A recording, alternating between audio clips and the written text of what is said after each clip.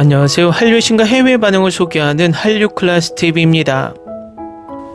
오늘은 넷플릭스가 아니어도 잘나가는 K-드라마들을 살펴보고 미국 OTT 오리지널들이 왜 서서히 침몰하고 있는지 분석해드리겠습니다. 오늘 날짜 프리스페트롤 순위를 살펴보면 넷플릭스 오리지널 기묘한 이야기 시즌5가 전세계 91개국 1위로 압도적인 1위를 달리고 있습니다. 솔직히 까놓고 이야기했을 때 기묘한 이야기 시즌은 딱 시즌3에서 끝나야 명작으로 남았다고 생각이 듭니다. 기묘한 이야기 시즌을 보면 딱 11시즌까지 나온 워킹데드 시리즈와 7시즌의 영화 해리포터 시리즈가 생각이 납니다. 워킹데드는 시즌1에서 3까지 정말 전세계 센세이션을 일으키며 엄청난 화제를 낳았지만 지금은 시즌 11까지 나왔다는 것을 아는 시청자가 많이 없을 정도로 잊혀진 좀비 드라마가 되었습니다. 만약 워킹데드 시리즈가 최소 시즌3에서 마감했다면 지금까지도 전세계 시청자들은 명작으로 생각했을 겁니다. 또 해리포터 시리즈 또한 7편 제작을 이어서 제작한 것이 아니라 너무나 긴 제작기간 텀으로 이미 성장해버린 주연들의 외모 때문에 후반 시리즈는 확실히 몰입도가 떨어진 것은 사실입니다. 결국 워킹데드나 해리포터 시리즈를 끝까지 따라간 사람들은 마니아층밖에 없다는 것입니다. 기묘한 이야기 또한 마찬가지입니다. 시리즈를 시즌2로 충분히 끝낼 수 있던 이야기를 억지로 스토리를 늘리고 이야기를 반복하면서 해리포터 시리즈처럼 드라마의 주인공들이 어른이 되어 버렸습니다. 마치 우리나라 최장수 드라마였던 전원일기처럼 아역 배우들이 다 커서 한 세대가 바뀌는 시리즈처럼 한편으론 정이 가지만 또 다른 편으론 식상하고 지루해집니다. 결국 할리우드 마블이나 DC가 히어로를 마치 카드게임에서 호구를 속이는 카드 밑장 빼기를 하며 무한 돌려막기 하면서 이제는 할리우드 히어로 영화가 나와도 과거처럼 기대감으로 설레는 감정이 1도 없습니다. 이제 할리우드 영화가 나오면 또야라는 말이 자동적으로 입 밖으로 나옵니다. 아마도 이런 느낌은 제 개인적인 생각이 아니라 전세계 관객들이 모두 느낄 것입니다. 결국 이런 식상함을 계속 반복하면서 미드와 할리우드 영화가 전세계 1위를 유지하기 위한 방법은 뻔합니다. 할리우드 영화는 제작비와 맞먹는 엄청난 광고비로 관객들을 낚는 낚시질을 끝없이 합니다. 그 낚시가 먹히는 나라들은 정해져 있습니다. 자국의 영화가 할리우드보다 재미없다고 느끼는 나라들입니다. 결국 그 나라들은 몇십 년을 할리우드 영화의 잠식당해 자국의 영화 산업을 키우지 못한 유럽이나 남미이고 이런 낚시질에 넘어갑니다. 하지만 자국의 영화 산업이 급성장하고 애국심이 강한 인도나 한국은 웬만한 할리우드 대작이 아니고서야 이 광고 낚시질에 넘어가지 않고 애니메이션을 영화보다 좋아하는 일본 또한 마찬가지입니다. 그리고 이제는 가정용 TV 화면이 극장처럼 YD형 대형화되면서 오프라인 극장보다는 집에서 영화를 보려는 관객들이 많아졌고 그것을 폭발시킨 계기가 코로나 팬데믹입니다. 결국 개인주의 성향이 강해지면서 굳이 영화를 보려고 극장에 비싼 돈을 지불하려는 관객들이 점점 줄어들고 있다는 것입니다. 이런 상황 속에서 한국의 기자들은 한국 영화에 질타령을 하며 극장의 위기다라는 같은 말만 하는 앵무새가 되고 있습니다. 한국 영화의 위기가 아니고 전세계 트렌드가 극장에서 집으로 바뀌고 있고 그것은 글로벌 공룡 미국 거대 OTT들이 전세계 시장을 장악하면서 가속화된 것입니다. 결국 이 상황은 정말 엄청난 대작이라 꼭 극장에서 봐야 한다는 의무감으로 얼마 전 전 세계에서 신드롬을 일으킨 K-POP 데모넌터스와 같은 영화가 아니고서야 극장으로 소비자의 발을 끌어들이는 일은 극소수가 될 것입니다. 2차 세계대전 이후 전 세계 1강을 굳건히 지키고 있던 미국 콘텐츠가 흔들리고 있는 것은 사실입니다.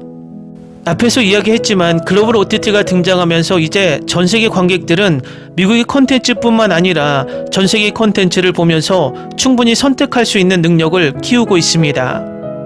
미국 콘텐츠를 흔드는 것은 확실히 K 콘텐츠들입니다. 2021년 오징어 게임 등장 이후 K 콘텐츠는 2023년까지 넷플릭스 순위를 확실하게 압도했습니다. K 콘텐츠가 미드와 맞짱을 떴을 때 번번이 미드가 K 콘텐츠에 밀려 1위 자리를 내줬고 그 정점이 바로 더 글로리 때였습니다.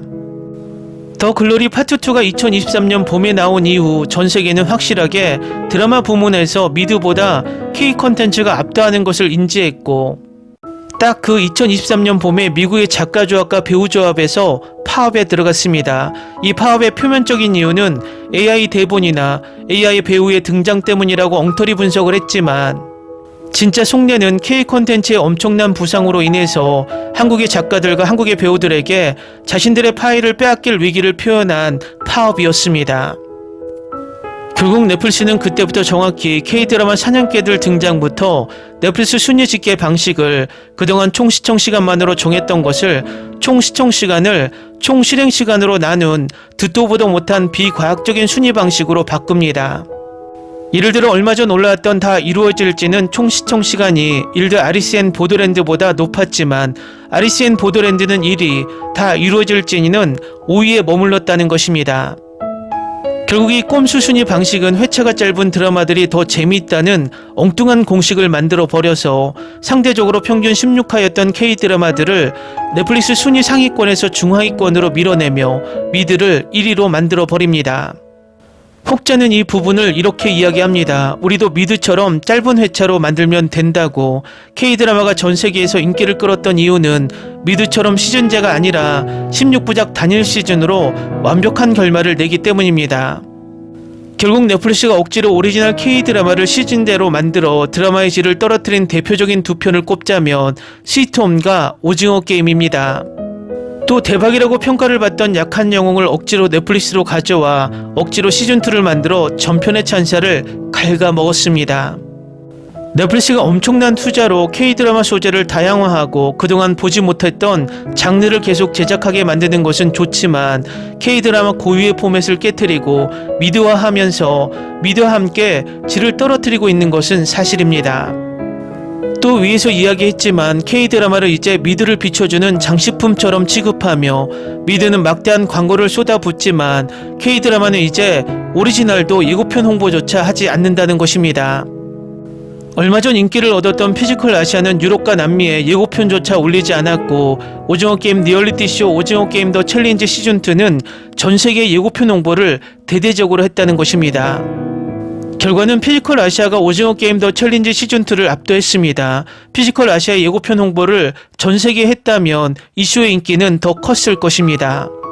이것은 단지 넷플릭스의 문제만이 아니라 디즈니 플러스, HBO 맥스도 마찬가지입니다. 디즈니 플러스에서 4위에 있는 조각도시는 현재 아시아 6개국에서만 순위가 잡히고 있는데 이 쇼는 단일 OTT로 방영하는 것이 아니라 미국은 훌루, 인도와 동남아시아는 디즈니 플러스 핫스타, 남미에서는 스타 플러스에서 방영합니다. 결국 단일 OTT가 아니라 순위가 아시아 6개국만 잡히면서 전세계 동시에 방영하는 미드에 당연히 순위에서 밀릴 수밖에 없는 구조입니다.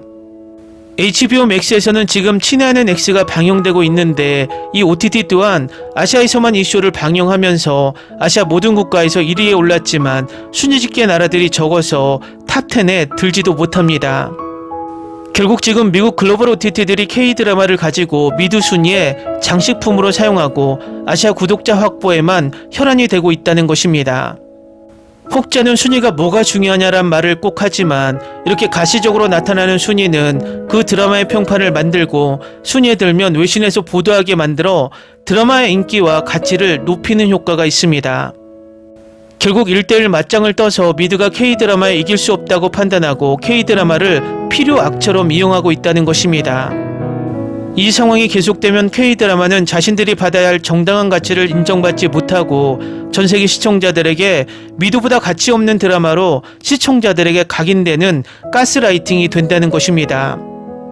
결론은 항상 같습니다. K드라마들이 너무 미국 OTT에 의존하지 않도록 OTT를 다변화하며 방영해야 하며 우리 컨텐츠를 우리의 OTT로 전세계에 방영하는 시스템을 갖추고 있어야 글로벌 OTT들이 K드라마로 장난을 치지 못한다는 것입니다. 위에서 언급했지만 넷플릭스나 디즈니 플러스가 우리 K드라마 전세계 확산에 많은 도움을 주었지만 그 OTT들이 자선사업가도 아니고 우리 컨텐츠가 그만큼의 수익과 구독자를 확보할 수 있는 역량이 있기 때문에 K 컨텐츠를 활용하는 것입니다. 프로야구에서 좋은 선수는 그만큼 좋은 대접을 하면서 모셔갑니다. 결국 홈런을 많이 치는 타자와 방어율이 낮은 투수를 모셔가려면 그만큼의 대가를 지불해야 한다는 것입니다. 그런데 지금 글로벌 OTT들은 홈런을 많이 치는 타자를 데려가 100개의 홈런을 쳤는데 50개밖에 못 쳤다고 데이터를 속이고 방어율이 1점대인 명품 투수를 방어율 3점대로 높여놓는다는 것입니다. 우리는 지속적으로 이 글로벌 OTT들의 교묘한 행포를 더 이상 장난을 치지 못하게 알려야 하고, 다시 말하지만 우리 글로벌 OTT를 빠른 시일 내에 출범시켜 견제와 선의의 경쟁을 해야 한다는 것입니다. 가끔 이 글로벌 OTT의 꼼수 순위에 속아서 댓글로 이 드라마가 넷플릭스에서 몇 위밖에 못해서 망작이야 라는 자기 스스로 무지를 드러내는 부류들이 있는데, 이 영상을 보고 정확한 사실을 알기를 바랍니다.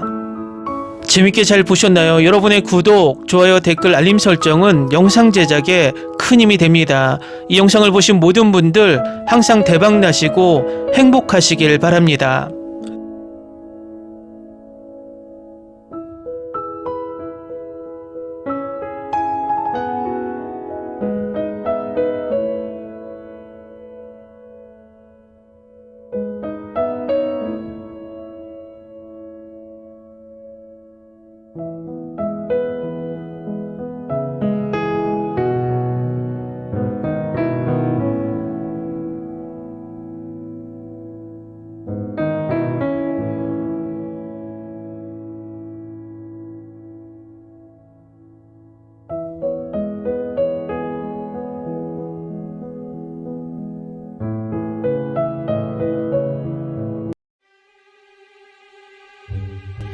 Ni se te ocurra.